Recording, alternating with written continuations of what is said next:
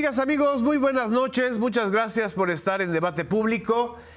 Ahora sí se puso caliente el tema de las deportaciones al estilo Trump.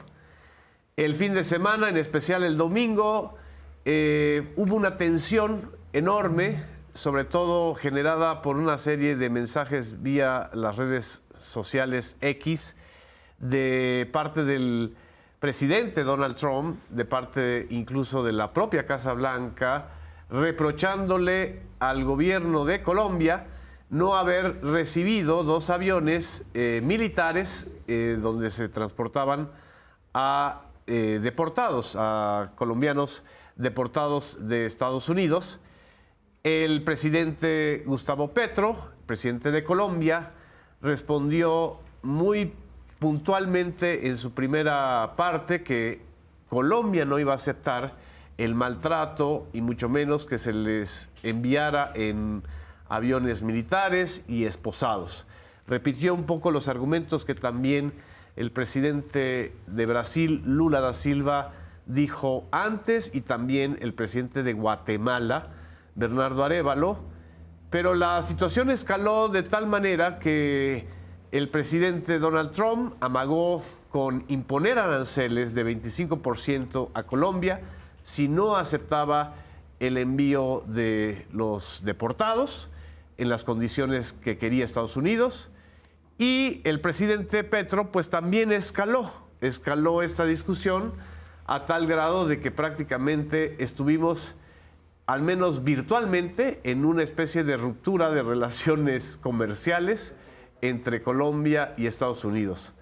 Por fortuna, pues la diplomacia hizo su trabajo y la situación se distensó, pero quedó en el imaginario y en la opinión pública el tema fundamental de las condiciones en las que están siendo regresados a sus países de origen miles de latinoamericanos. Tan solo en una semana, según la presidenta Claudia Sheinbaum, a México se han deportado 4.094 personas y según los datos recientes difundidos por las autoridades norteamericanas, en la ola de detenciones que se han realizado en ciudades como Illinois, o en estados como Illinois, California, Colorado, Texas y Nebraska, han sido detenidos 3.014 inmigrantes sin documentos por parte de las agencias como el ICE, la DEA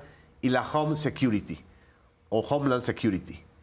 En este contexto, el propio presidente Donald Trump, después del affair con Colombia, hizo estas declaraciones que reiteran esta posición que tiende a criminalizar y a generalizar la situación de miles de hermanos migrantes sin papeles. Vamos a ver este fragmento.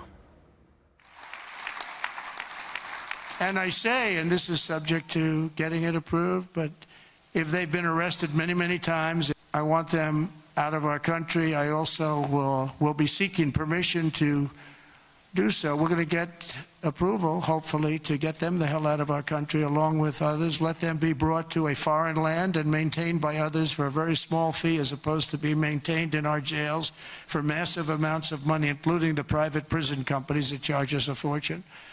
Now, let them be brought out of our country and let them live there for a while. Let's see how they like it. Saquémoslos del país. En fin, en medio de este debate, la Organización de las Naciones Unidas recordó que los migrantes, cualquier que sea su situación o cualquier condición de indocumentados o documentados, merecen ser tratados con dignidad y respeto. El verdadero tema que está aquí presente es el tema de los derechos humanos de miles y quizá millones de ciudadanas y ciudadanos latinoamericanos migrantes y en especial los que viven en Estados Unidos. En medio de esta ola, me da mucho gusto presentar a quienes van a acompañarnos en este debate público, a nuestras compañeras periodistas, Azul Alzaga. Hola, ¿cómo están? Mucho gusto. A Claudia Martínez. ¿Qué tal? Un gusto, compañeros. a nuestro compañero Emerson Segura. Y en especial le agradezco mucho, y para nosotros es tenerla un lujo con nosotros vía remota, a la doctora Leticia Calderón Chelius. Leti, muchas gracias. Al contrario, muchas gracias. Lástima que no puedo estar ahí, pero encantada de participar. Pues bueno, tomando en cuenta tus tiempos y cómo estamos en este contexto, me encantaría escuchar tu punto de vista sobre estos últimos acontecimientos. Bueno, yo lo que creo es que empieza a escalar un asunto que era obvio que va a tener un montón de complicaciones, porque el hecho de que desde la presidencia de Estados Unidos se avise que se van a deportar a millones de personas, pues también tiene un contexto en los países de origen. Y no solo eso, el hecho mismo de que al principio, y vamos a ver cómo evoluciona eso, no se haga distinción de las nacionalidades de aquellos que ellos quieren deportar, bueno, pues obviamente ha suscitado reacciones de nuestros países desde distintas perspectivas y ámbitos y también posibilidades. Entonces, en el caso de México, siendo el país de la geografía cercana a Estados Unidos, hay una serie de complicaciones que ya vienen de tiempo atrás y que esto pues atora más las posibilidades de moverse hacia a una línea o la otra. Y yo auguro que esto va a complicar mucho la situación en México, que de por sí venía ya con ciertas dificultades porque, pues, digamos, se aceleró la decisión de muchas personas que pensaban que podían entrar a Estados Unidos antes de que tomara posesión Trump, y esto ya había generado vamos a decirlo de alguna manera, un stock de población atorada en nuestro país que ahora permanecerá y que por tanto pues genera este nuevo ambiente al que tenemos que reaccionar desde México. En el caso de lo que mencionabas de Colombia, pues hubo una reacción que casi se considera natural. A mí lo que me impresiona es que no hubiera habido una reacción, porque lo que se ha visto sí implica que los gobiernos nuestros se sienten a negociar, e incluso en el derecho soberano de Estados Unidos a deportar a las personas que no tengan documentos. Eso no implica que pueda violarse sus derechos humanos, como se ha hecho, ojo, desde hace mucho tiempo, y esto es algo que a lo mejor justo este momento permite que se modifique como algo ya dado que desde Estados Unidos ha venido ocurriendo. Desde hace mucho tiempo se cometen ese tipo de violaciones y de maltratos, pero nunca habíamos visto, querida Leticia, una propaganda, una especie de enorgullecimiento y de xenofobia tan institucionalizada en el discurso de la Casa Blanca, y lo acabamos de ver con Donald Trump, en donde hacen hasta mofa de esto. ¿Crees que esto es lo que está agravando la situación, o en realidad es solamente la pantalla o una cortina de humo de algo mucho más delicado? Pues mira, hay mucha hipocresía, porque los diferentes gobiernos estadounidenses, más allá de los partidos, han tenido posiciones siempre ambiguas. Por un lado, restrictivos, desde Clinton, que tenemos así como la experiencia más fuerte de este tiempo, Así es. en términos de poner la famosa muralla de la tortilla que le decían ellos, y que a partir de ahí se fue más restrictivo también el cruce fronterizo, cuando al mismo tiempo hay obviamente una apertura selectiva para poblarse de trabajadores que al final de cuentas reditúan mucho en la economía estadounidense. El problema de Trump, yo siempre digo, no es Trump, es todo un proceso que él abandera, pero en este caso, sí, hablando específicamente de Trump, el hecho de que él naturalice un discurso tan agresivo, tan humillante, tan denigrante respecto a los otros, pues sí da lugar a un tipo de reacciones públicas que ya han llevado a que jóvenes pues intenten golpear a personas migrantes. Ha ocurrido con y sin Trump, pero a lo que voy es que se va haciendo una cuestión como que así es natural, no hay nada de malo, no hay que castigarlo, porque al final de cuentas pues están reaccionando aparentemente incluso a la voz del líder. Entonces, eso creo que sube mucho y va escalando un ambiente en el cual, ojo con esto, cuando ya se hablaba de migrantes y criminales, ahí ya había una coartada muy fuerte en términos discursivos para agarrar a parejo. Sin embargo, ya la semana pasada, por una serie de cuestiones que ocurrieron en Estados Unidos, además de la llegada de Donald Trump a la presidencia, se aprobó una ley que permite que se detenga a toda persona que no tenga documentos y pueda hacerse deportaciones express independientemente de su, digamos, ya su proceso que podría tener una cierta defensa o no. Sería toda una cuestión donde además Estados Unidos siempre se ha vanagloriado de ser un país de leyes, de seguir todo un procedimiento, pero con estas aprobaciones legales que se hicieron la semana pasada, eso se deja por un lado y aumenta este discurso de hacer la combinación, ¿no? Migrante es criminal. Exacto. Y eso es sumamente peligroso porque se escala el conflicto. Este afer de Donald Trump y de Petro, que se tiende mucho a individualizar el tema y a reducirlo a una disputa entre dos hombres apasionados, o sea, una especie de pelea de gallos, el gallo colombiano contra el gallo Trump, dejó muchos sinsabores. Además, unas alteraciones o desinformaciones o malformaciones de la opinión pública, precisamente provocadas por la propia Casa Blanca, diciendo que doblaron a Petro y Petro, pues, y el gobierno de Colombia tuvo que modificar una posición original. Pero percibo, y aquí nos gustaría tu punto de vista, que a final de cuentas sí hubo algo en lo que ganó Colombia, en lo que ganó Petro y toda América Latina. Puso en el centro de atención exactamente el tema del maltrato y de las condiciones en que están siendo deportados miles de latinoamericanos. ¿Tú consideras que esto también fue positivo? Yo creo que nadie gana, pero al mismo tiempo, como bien tú lo dices, bueno, ya dado el escenario, no hay forma de no reaccionar a lo que se está viendo. Y por cierto, que había reaccionado anteriormente, digo, unas horas antes, Lula da Silva desde Brasil. Exacto. Países que no tienen la densidad migratoria que nosotros tenemos y por eso podemos constatar que esto ha ocurrido desde hace tanto tiempo. Y me parece correcto es que al haber alzado la voz y obviamente en un estilo de cada uno, como bien tú dices, de repente un poeta hablándole a un cavernícola, bueno, ahí el problema es este. Pero el punto es que el asunto es que los países latinoamericanos, y ojo, no solo latinoamericanos, porque en la India hay todo un debate fuertísimo sobre qué va a pasar con las personas que deporten también. Okay.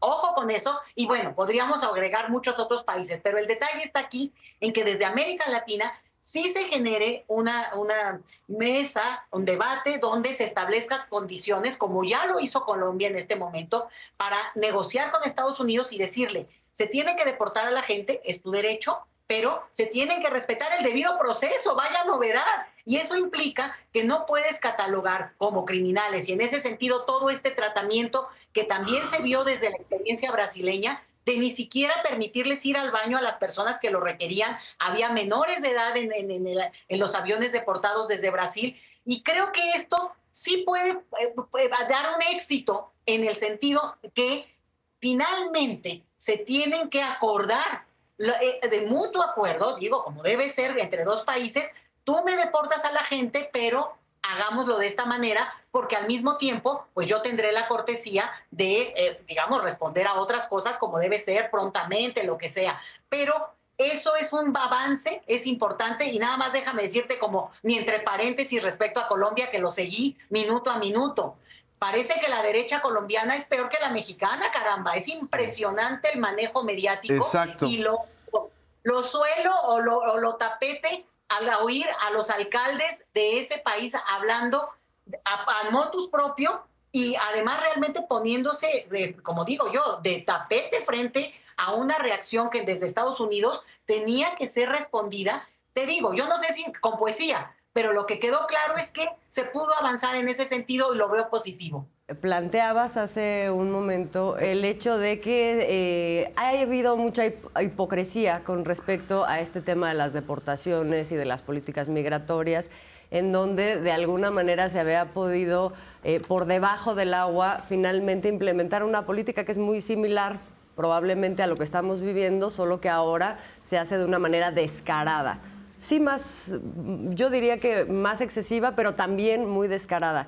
El hecho de que así lo sea, y un poco tomando en cuenta también, por ejemplo, la reacción de ayer de la ONU frente a esto que está pasando con la forma en que está siendo deportada la gente, ¿crees que facilita este descaro, que haya una articulación de la comunidad internacional también legal frente a estas políticas de Donald Trump o a esta tendencia de hacer las cosas? ¿O estaríamos frente a la misma circunstancia? Digo, también sabemos que la ONU no precisamente ha sido más que, bueno, le han dicho florero, ¿no?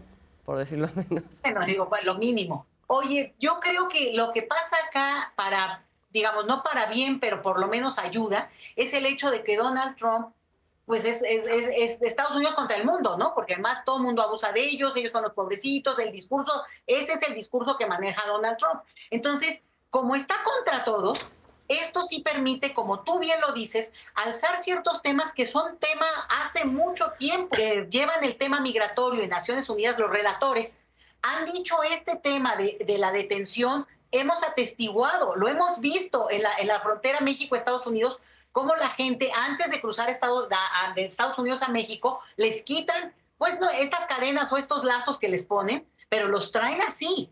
Y hay fotos, bueno, esto se ha documentado hace muchísimo tiempo, pero justamente en este momento se levanta una cuestión que se observa internacionalmente y no queda en la frontera México-Estados Unidos como ha ocurrido. Entonces, vamos a decirlo de alguna manera, probablemente vamos a poder incluso sacar provecho de una circunstancia en la cual el tipo digamos, de enfrentarse contra el mundo de parte de Donald Trump lo que va a hacer es que va a unir a la gente, va a permitir que se alce la voz de manera colectiva, que ya no sea un problema de México y su frontera norte, sino obviamente es una circunstancia que afecta a todos los países y además les agregaba yo no solo de este continente. Sin embargo, bueno, claramente este es el continente y nosotros sí, sin ni modo, hay que decirlo, el país con más afectación por nuestra propia relación histórica y comercial y todo lo que sea. Pero sí Naciones Unidas en este elemento, ojo, los únicos que no han dicho pío es la OEA.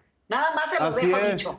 O sea, qué casualidad. Pero Naciones Unidas, con todos los informes y relator que tienen, efectivamente tiene una voz que decir, hay informes maravillosos, digo, maravillosos en el sentido que fueron súper detallados, súper profesionales de parte de quienes han sido relatores del tema migratorio ya desde hace un tiempo.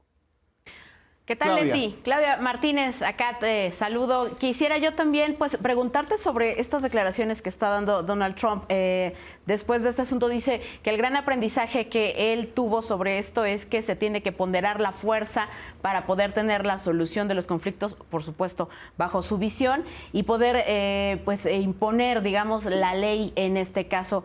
¿Cuál es el impacto que tú le ves que tenga en nuestro continente, sabiendo que pues gran parte de los migrantes indocumentados que llegan a Estados Unidos pues son de Centro, Sudamérica? ¿Qué es lo que se estaría viendo a partir de ahora? Ya vimos que pues este modelo, al parecer, a los ojos de la prensa internacional, de la prensa de Estados Unidos y de la ultraderecha y todos los conservadores de Colombia, pues al parecer le habría funcionado a Donald Trump imponiendo, por así decirlo, su ley. ¿Cómo ves que se van a dar las negociaciones a raíz de esto? ¿Y cómo queda finalmente Gustavo Petro dentro de Colombia con este intento como de pues legalizar o de aumentar el sentido de ser patriota, pues que en el que no quedó tan bien parado? ¿Cómo veríamos a partir de ahora las negociaciones sobre este tema de la migración en nuestra región? Es que no creo que va a haber negociaciones, Claudia. Yo creo que lo que vamos a ver es ciertos acuerdos mínimos de respeto, por ejemplo esto, que la gente no pueda ir encadenada o en ese sentido, bueno, por lo menos sin la violación a los derechos humanos que claramente se está llevando a cabo. Pero el derecho de Estados Unidos a deportar a la gente va a prevalecer. Ahora, de ahí a que llegue usted en avión militar a mi país cada 3 días y bueno, ya casi que tenga su hangar especial, pues eso es algo que los gobiernos de América Latina no tendrían por qué aceptar. Ahí entran otro tipo de negociaciones. Nosotros estamos geográficamente de inmediato a Estados Unidos y, por cierto, México sería el número más alto de personas que podrían deportar. Porque el tema de Venezuela, por supuesto que es muy fuerte el número, pero es mucho más reciente. Nosotros tenemos una migración, digamos, se calcula que la mayoría de los mexicanos que hoy radican en Estados Unidos sin documentos tienen entre 15 y 20 años por lo menos allá. Entonces, Wow. te da un panorama en el cual también son vidas ya estructuradas que van a ser modificadas digamos, que van a tener que reintegrarse a un país que ha cambiado también mucho. México ha cambiado enormemente vamos a decir, este siglo, pero sobre todo los últimos años. Y de Petro, no me quiero ir sin eso. Creo que es muy importante también ver cada caso en el contexto de digamos, las coordenadas locales de la política. Petro tiene una situación que no es fácil y que esto puede jugarle muy fuerte en contra por la parte mediática, que es impresionante. Yo de verdad no daba crédito. O sea, la lectura desde Colombia era como que si ellos fueran los hijos de Trump. O sea, impactante. Pero la otra cosa es que esto puede levantar en todos nuestros países, ojo con lo que voy a decir, un tipo de nacionalismo siglo XXI, donde sin chauvinismos ni xenofobias inaceptables, sí apele a la dignidad, al respeto, al decoro y alzar la voz. No tenemos por qué aceptar un discurso del siglo XIX en pleno siglo XXI, y que este elemento tenga puntos a favor de los liderazgos locales, también dependiendo su momento político, porque obviamente la reacción, imagínense el caso de Panamá, un gobierno realmente de derecha, uno diría, es lo más proamericano que puede haber, y sin embargo ha tenido que levantar la voz frente a un intento de decir que, bueno, Panamá va a ser de Estados Unidos. Vaya, es como cuestiones donde se ha tocado tal límite de parte de Donald Trump, de Estados Unidos, que las reacciones, insisto, pueden apelar, y en un país como el nuestro, donde el nacionalismo está a flor de piel y donde además ha habido toda una historia que nos avala, esto puede tener un discurso interesante sin que venga esa otra parte que no queremos, ni a nadie le interesa, ni es el estilo siquiera de nuestros liderazgos actuales, pero que sí convoque. Y nada más dejen darles un ejemplo. En el momento en que se apelara a mayor soberanía alimentaria, en el sentido de que no dependiéramos del exterior, de que buscáramos otras fuentes también de intercambio y no solo Estados Unidos, estaría lejos de poderse criticar cuando quien dice que no nos necesita es Donald Trump y su gobierno actual. Bueno, suena absolutamente lógico y legítimo que nuestro gobierno apele, busque por todas partes e incluso nos convoque a una unidad nacional en términos del consumo local, de la generación de productividad para efectos inmediatos nuestros. Claro. Entonces, creo que puede haber un discurso que cada país lo va a poder llevar en su momento, y esto a Petro le puede jugar a favor. Y doctora, me gustaría preguntarle, más bien como en una mirada local, hay diversas legislaciones, lo vemos en Texas, lo vemos en Florida o también en Arizona, legislaciones que van en contra de los migrantes. Este miércoles se prevé que Trump firme la ley Lake and Riley, que también atenta, digamos que, contra los migrantes. Quería preguntarle, ¿qué decir de la clase política demócrata, un partido que también impulsó esta legislación, es decir, sale esta legislación en contra de los migrantes con votos demócratas? ¿Qué nos dice también esto de la clase política en Washington, donde pues un día después de la toma de posesión, pues la voz, digamos, que emerge de Washington, pues es de una obispa, ¿no? Justamente en defensa de la diversidad, en defensa de los migrantes. ¿Qué nos dice esto, doctora?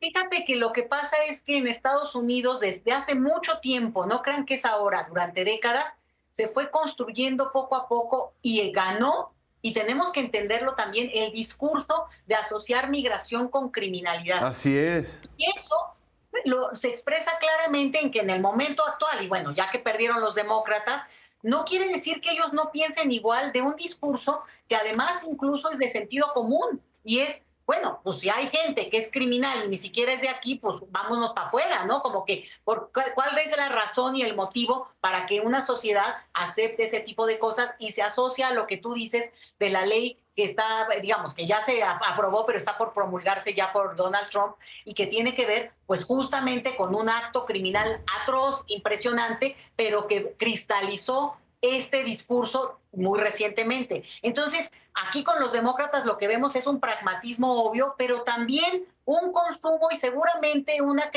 creencia en que hay una parte muy fuerte de esta cuestión de no pensar en los migrantes como trabajadores, sino justamente como criminales o como usurpadores de empleos que podrían ser de otros, de anglos, vamos a ponerlo así como para no decir nada más ciudadanos estadounidenses, porque es una diversidad de país. Porque miren, el mercado laboral estadounidense hoy requiere por lo menos 9 millones de personas para ser ocupadas plazas de todo tipo. Entonces es contrario al discurso de que se les quita el empleo. Eso está muy trabajado y yo creo que parte de lo que nosotros tenemos como discurso es importante decírnoslo a nosotros de la importancia de los mexicanos en Estados Unidos, de la valía, de lo que aportan. Pero para efectos estadounidenses, el discurso se perdió, vamos a decirlo. Y tenemos que encontrar un punto en el cual hablemos, aunque no queramos, aunque no nos entendamos del todo, pero por lo menos construir algunos puentes lingüísticos, porque hoy no los hay. Ellos hablan con el derecho legítimo, soberano, de expulsar a todos aquellos que consideran criminales versus migrantes. Y nosotros decimos, pero si nuestros migrantes son pues casi héroes, así se les denomina acá, y han hecho el bien y participan de la economía. Entonces, esa incapacidad de hablar, encontrar algún punto, va a ser parte de la discusión que nuestras autoridades van a tener que construir para convencer, pero también entender el otro lado y poderlo matizar, porque ahí entra, bueno, una discusión que no me puedo alargar aquí, pero creo que hay que entenderla en ese momento estadounidense donde hay una implosión interna, porque como yo decía al inicio, en realidad se están dando cuenta que se quedaron hace rato rezagados, y digo, ahorita las últimas noticias en términos de inteligencia artificial lo prueban. China ni cuenta se dieron, les dio ya la vuelta y está por arriba. El déficit estadounidense es muy alto y por tanto, bueno, esa sociedad reacciona por un lado que a lo mejor contra los más pobres de los pobres de esa sociedad, y eso es lo que estamos viendo. Así es, querida Leticia. Muchísimas gracias por tu tiempo, por tu puntualización y sobre todo por ayudarnos a ver que este tema ya es y viene desde hace mucho tiempo atrás en la clase política norteamericana. Lo único que hace Donald Trump es exhibir lo que en otros sectores se manejaba con una hipocresía tremenda. Pero hacia allá tenemos que caminar, hacia un punto en común, por la defensa y el respeto a la dignidad humana, a la dignidad elemental de mujeres, hombres y menores que están siendo detenidos y expulsados de una manera inhumana, ¿no? Muchísimas gracias, Leti. Y aquí, pues ya sabes, Canal 14 es tu casa. Vamos a un corte y regresamos a Debate Público.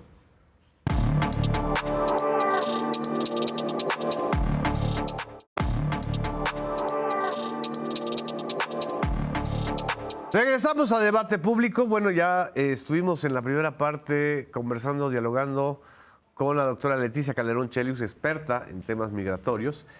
Y lo que pues no se ve de manera muy clara, al menos eso es lo que yo les comento a quienes nos acompañan aquí en el Debate Público, es una modificación clara o inmediata de parte de los Estados Unidos, tanto no solamente del gobierno de Trump, o sea, de la presidencia, sino también del Congreso y quizás hasta del Poder Judicial. Hay un consenso tremendo en la clase política y mediática de Estados Unidos por elegir a los migrantes y en general, así, sin voz, como si fueran una enorme masa, a los migrantes indocumentados como los, pues ahora sí que los expulsados del sueño americano, ¿no? Y justificar todo tipo de barbaridades que se están cometiendo contra ellos. ¿Tú cómo ves, Emerson? ¿Hacia dónde va esto? Yo creo que no hay duda que se ha inaugurado, Trump ha inaugurado, Sí. digamos que una era del terrorismo público, ¿no? Sí. Y es decir, a partir del terror, infundir políticas públicas, y estoy pensando no solo en los migrantes, sino llamar una limpieza étnica en Gaza, donde hay que enviar a los palestinos a Egipto, ¿no?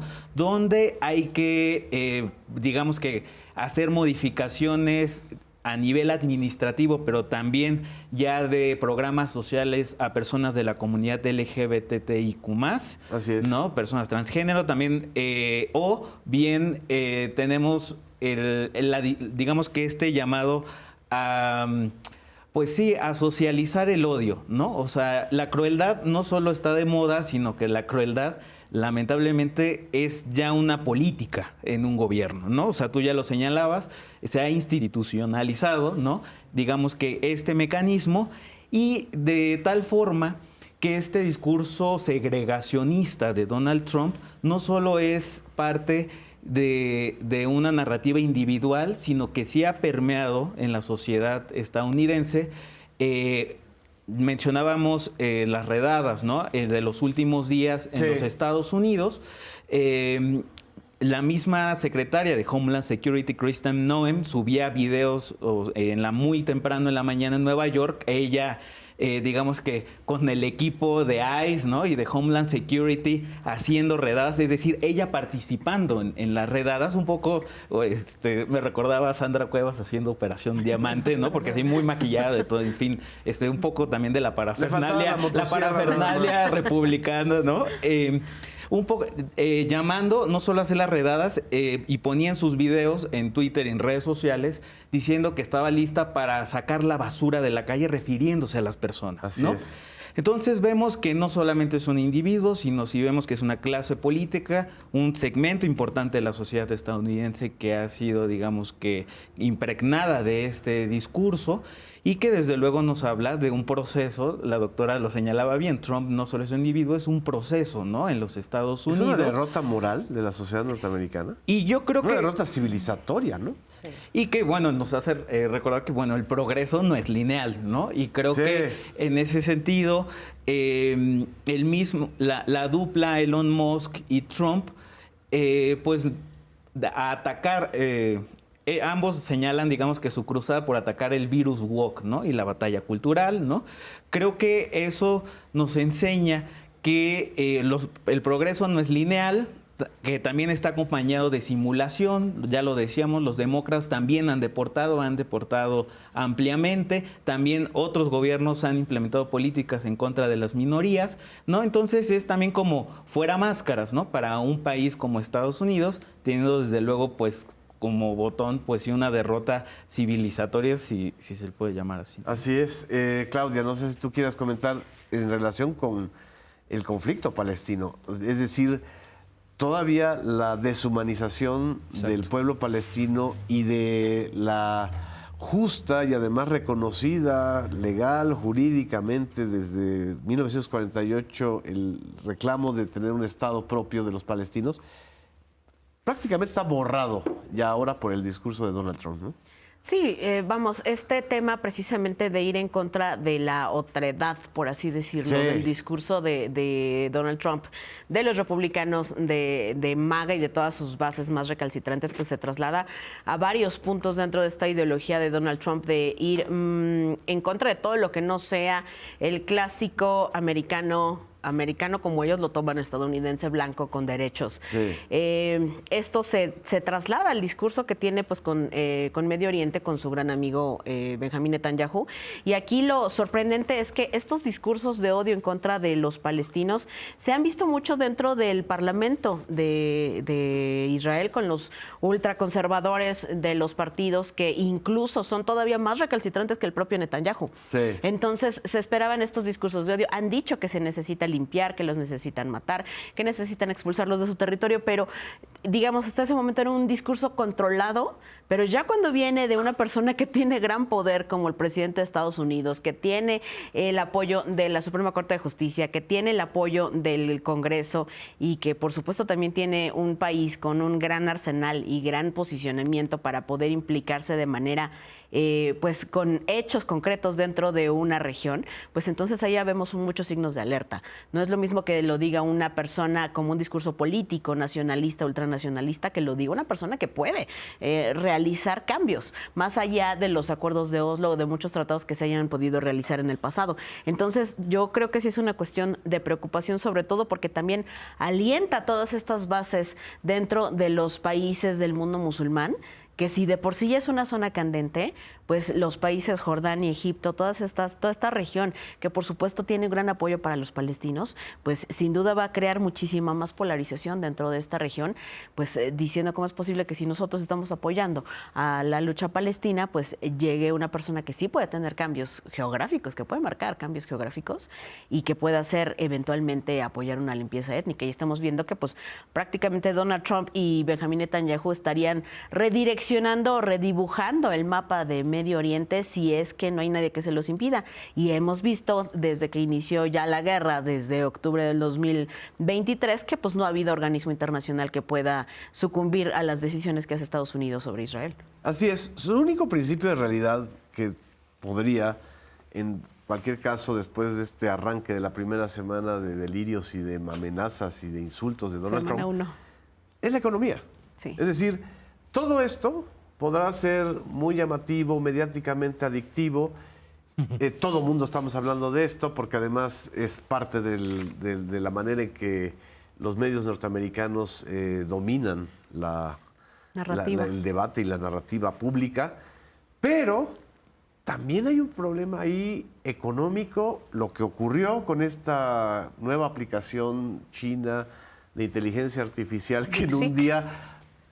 ¿Cómo se llama? DeepSeek. DeepSeek, que en un día prácticamente demostró que pueden derrumbar con los mismos instrumentos del capitalismo norteamericano, es decir, en la bolsa, a las empresas norteamericanas. Y otro tema que ya está empezando a salir, hoy está en la prensa por lo menos de los corresponsales del periódico La Jornada, David Brooks, escribe la corrupción. La corrupción.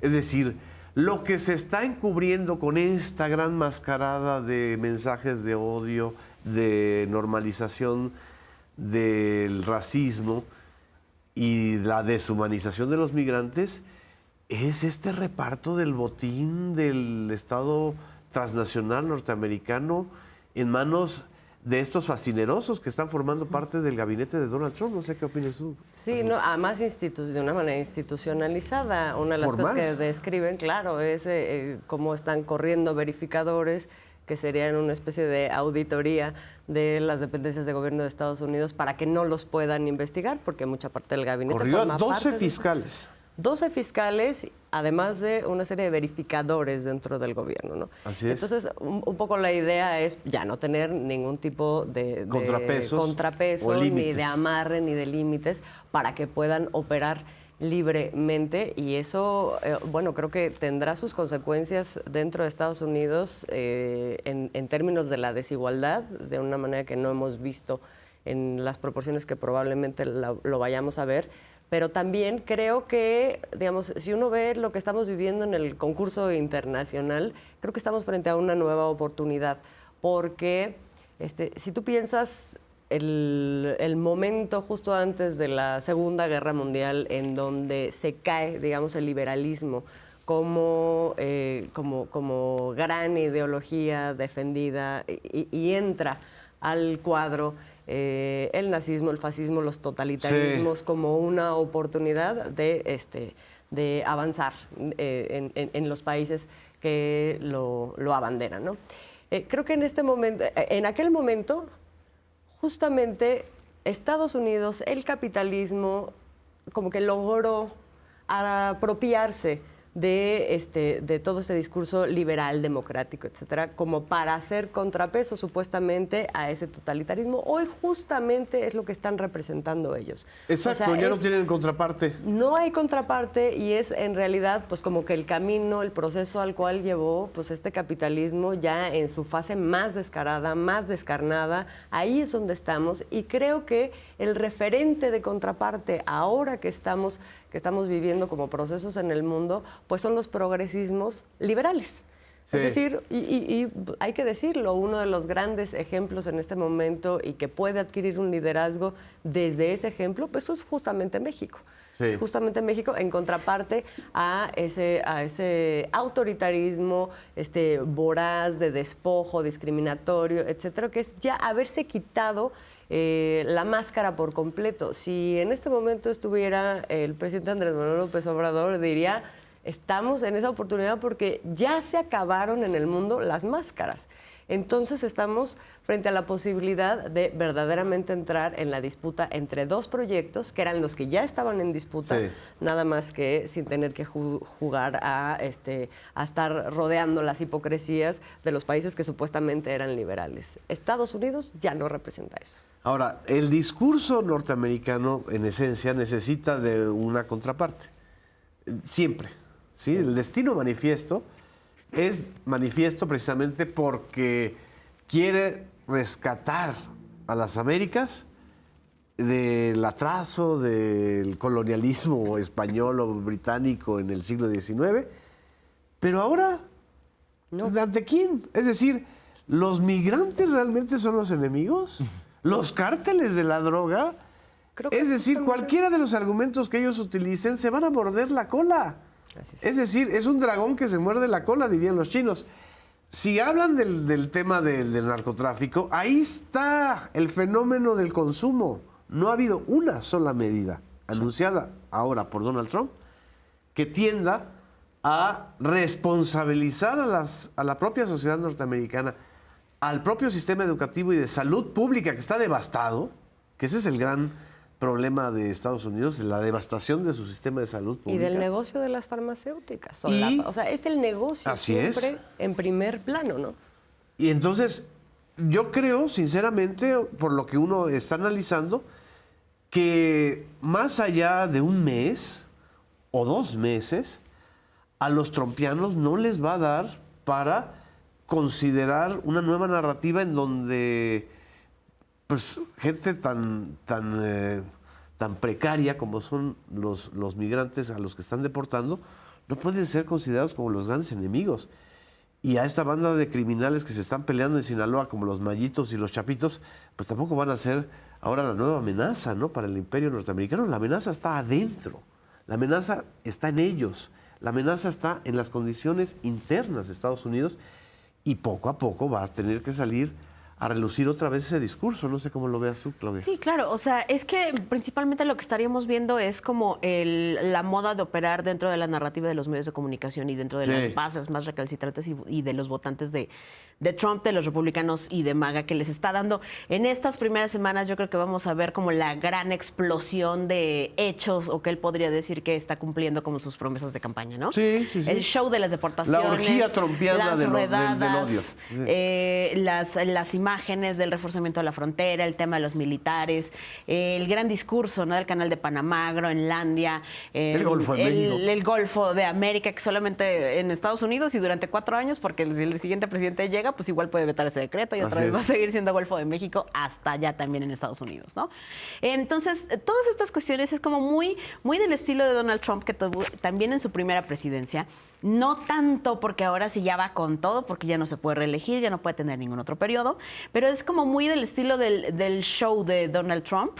Y ya después, finalmente, más allá de dar como el tema de cumplir en la narrativa, lo mismo lo hizo en su presidencia. Sí, vamos a construir el muro, etcétera. Lo que hizo fue ya después, ya lo construimos porque dimos dinero a las comunidades para que pusieran ahí 2 cercas más. O sea, no hubo tal cual un muro, no tanto, pero él tiende como a decir que hay un cumplimiento de sus promesas con base en pequeñas acciones que las mediatiza y las Así es. pone de manera exponencial. Así es. Entonces, con eso ya digamos que cumple la cuota. Sobrevende pequeñas acciones que Sobredimensiona. considera ya el cumplimiento de sus promesas. Y después de ahí finalmente sabe que tiene que caer sí o sí a esta cuestión estructural que hay entre los gobiernos. El diálogo de alto nivel en cuestiones económicas, el diálogo de alto nivel en cuestiones de seguridad, el entendimiento bicentenario, que están desde hace varios años, en donde los gobiernos de manera diplomática y de manera estructurada han llevado las negociaciones por el cauce que se debe de llevar de una manera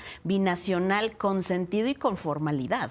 Entonces, yo creo en lo particular que después de esta gran explosión mediática, finalmente se sabe, el Departamento de Estado, la Cancillería mexicana van a seguir teniendo estas rutas por donde se han llevado estos cauces de negociaciones que han tenido los avances que se han logrado tener bajo un marco de respeto a la soberanía de México, por supuesto, en donde México se ha plantado bastante bien y en donde también Estados Unidos reconoce que no está tratando con Colombia, no está tratando con Panamá, no está tratando con Justin Trudeau en Canadá, nada y tampoco está tratando con Cuba, por ejemplo, que la tiene soslayada con una bota en el cuello y lo va a seguir haciendo hasta el tiempo que Donald Trump quiera. Entonces, yo creo que ya después de esto, finalmente Donald Trump va a tener que caer en este marco en donde sabe que somos el primer socio comercial y viceversa, nuestras economías están ligadas y así van a seguir por siempre, por simple geografía.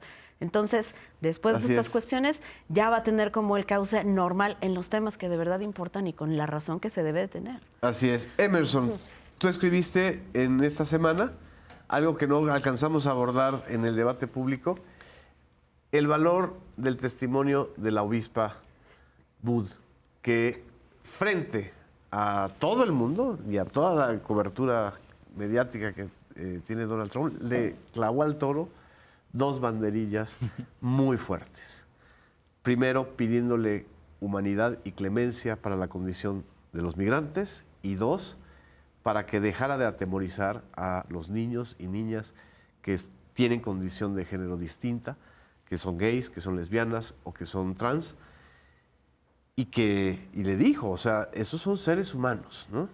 La reacción, la sobrereacción de la Casa Blanca, del propio Trump y de la derecha mediática norteamericana también están demostrando que en su propia exageración mediática, en su propia explosiones, en esto que yo llamo la orgía del odio, ahí tienen también su propia vacuna. Es decir, también reverberan mucho más los discursos pues sensatos, porque la obispa no dijo nada que estuviera fuera de lo común. Simple y sencillamente tuvo el tino de decírselo en su cara, enfrente de todos y de toda la cobertura, ¿no?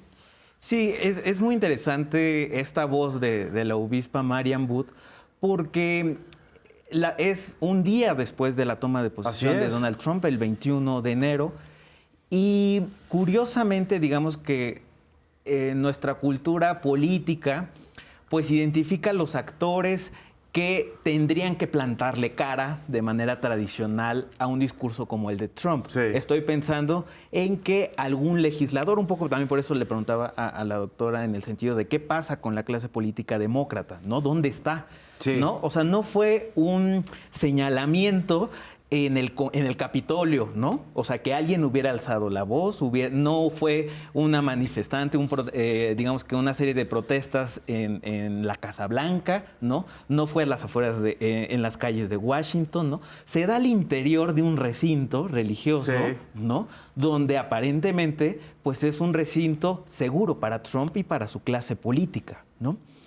Y digamos que estando en primera fila es donde pues digamos que se enfrentan a una obispa de la iglesia anglicana que también ha sido congruente durante muchos años, ¿no? No es una postura o digamos una ocurrencia, sino ha sido la postura de la obispa en temas de minorías, a favor de los derechos humanos, a favor de los migrantes, incluso allá en 2020 también, digamos, las protestas en contra, que fueron reprimidas, ¿no? Digamos que a favor de pues todo el movimiento Black Lives Matter y George Floyd, la obispa también protestó porque Donald Trump mandó a limpiar esa zona de Washington porque se iba a ir a tomar foto a la iglesia de San Juan allá en la Plaza Lafayette, ¿no? Y entonces es muy curioso que el rostro de la, pues no sé, no voy a decir como la confrontación, pero el rostro de la firmeza viene de una mujer religiosa, ¿no? Obispa, ¿no? Y frente, digamos que a lo que pensaríamos su contrario, ¿no? O sea, un hombre blanco, ¿no? Y entonces creo que es importante que también días antes, a la toma de posesión, el Papa Francisco también fue una de las voces y que él también lo ha venido haciendo durante muchos años, se ha manifestado a favor de los migrantes, de que los países reciban a los migrantes y que también se le ha tachado de papa comunista, ¿no? De papa zurdo, ¿no? Y incluyendo pues el mismo presidente argentino Javier Milei, ¿no? O sea, creo que es muy potente sobre cómo entendemos desde dónde vienen, digamos, las posturas reivindicativas, ¿no? Y que al mismo tiempo nos revelan que Trump no lo tenía en el radar, ¿no? Entonces, lo agarró completamente desprevenido, porque además lo eficaz del mensaje de la obispa es cuando le dice: usted que ha sentido la bondad de Dios porque lo salvó de un disparo, es decir, le recuerda su propia condición Su mesiánica, ¿no? Su condición pues sí, lo que él quería tener como una especie de halo de intocable. Le dice, precisamente por eso usted debe tener misericordia y ser empático con el sufrimiento de los demás. Ahí yo creo que, sinceramente, sin ser demasiado profundo, creo que eso fue lo que más le molestó a Trump, ¿no? Le abolló su áurea de santo, ¿no? O de iluminado. No, y que parece también como revelación, Mesías. ¿no? O sea, como revelación política a la obispa, ¿no? O sea, también... Sí, como si todo el mundo la estuviera descubriendo. Aquí estamos viendo las imágenes de este... Creo que tenemos el audio de una parte, porque sería interesante retomar. A ver, vamos a ver la nota original para que los que nos están viendo en el debate público recordemos estas frases. They may not be citizens, Podrán no or have ser the proper ciudadanos o tener la documentation. documentación apropiada, but the vast majority of pero la immigrants vasta are mayoría not de los migrantes no criminals. son criminales. They pay taxes and are good neighbors. They are Ellos pagan faithful impuestos, son members of nuestros our vecinos, son churches fieles and miembros de mosques, nuestras iglesias, synagogues, mezquitas, sinagogas y and templos. temples. Indignado, Trump, quien cuestiona permanentemente a las personas que no comparten su ideología, calificó a la obispa como una persona radical de izquierda que odia a Trump, para luego asegurar que debería disculparse. La obispa rechazó las acusaciones, asegurando no odiar a Trump y rezar por él. Lamentó también que sus palabras hayan generado comentarios de odio y descalificaciones como este. La obispa hizo afirmaciones extremistas, estaba totalmente fuera de lugar y de contacto con la realidad. Lo que hizo estuvo fuera de lugar. Tal vez deberíamos orar por ella.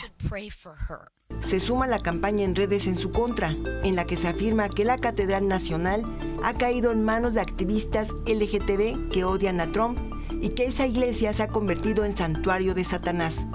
La acusan de dividir a los estadounidenses en lugar de convocar a la unidad nacional. Obispos y pastores que simpatizan con la derecha la acusan de intentar reprender al presidente en el lugar y momento equivocados. Otros la acusan de ser una vergüenza para la fe y piden su expulsión de la iglesia por sus acciones corruptas. Estos ataques han sido difundidos en X, la red social de Elon Musk, empresario muy cercano a Trump. Es que además estar fuera de lugar, puede estar alguien fuera de lugar con un discurso, la verdad, tan sencillo, directo, claro. Tan de sentido común. Y de O sea, sentido común. es la vuelta un poco al macartismo, ¿no? ¿Te recuerda eso? Sí. Cualquier crítica al régimen en ese momento era tildado de comunista y ahorita un poco es Exactamente. eso. Y creo que la gran molestia de Donald Trump es que un poco todos los reclamos que se han venido dando, lo de Petro, lo de esta obispa y otros que se han dado, van como al corazón de lo que supuestamente representaba Estados Unidos, Sí, ¿no? sí. Y además que era una bandera con la cual salía al mundo supuestamente a salvar a otros países. La democracia, la libertad, ¿no? El Le dan respeto de el los derechos centro del humanos. corazón de la Nada superioridad de eso. ética que ellos decían tener. Exactamente. Entonces, bueno, pues, o sea, por eso creo que en este momento es muy difícil esta contraparte que decías, ¿dónde está? Que pueda justificar, no, pues no la hay. Y creo que eso muy rápidamente va a empezar a hacer entrar en una crisis el régimen de Donald Trump, porque definitivamente tiene que hacer que se movilicen personas, grupos que hasta este momento, desde mi punto de vista, habían actuado de manera atomizada, como bajo la lógica de sí nos dan derechos, pero no se unificaban bajo una mirada de que la justicia social era mucho más amplia de lo que representaba su propio movimiento, Sí. y que ahora pues van a poder encontrar un hilo conductor y un hilo en común. Así es. Pues se nos acabó el tiempo, compañeras, compañero. Muchísimas gracias. Ya vimos que la primera semana de Donald Trump los fuegos artificiales fueron muy intensos, pero también los fuegos de la verdad y los talones de Aquiles de toda esta estrategia están exhibiéndose. Entonces, pues vamos a estar muy pendientes, muy al pendientes. Muchísimas gracias por estar con nosotros en Debate Público. Nos vemos en la próxima emisión.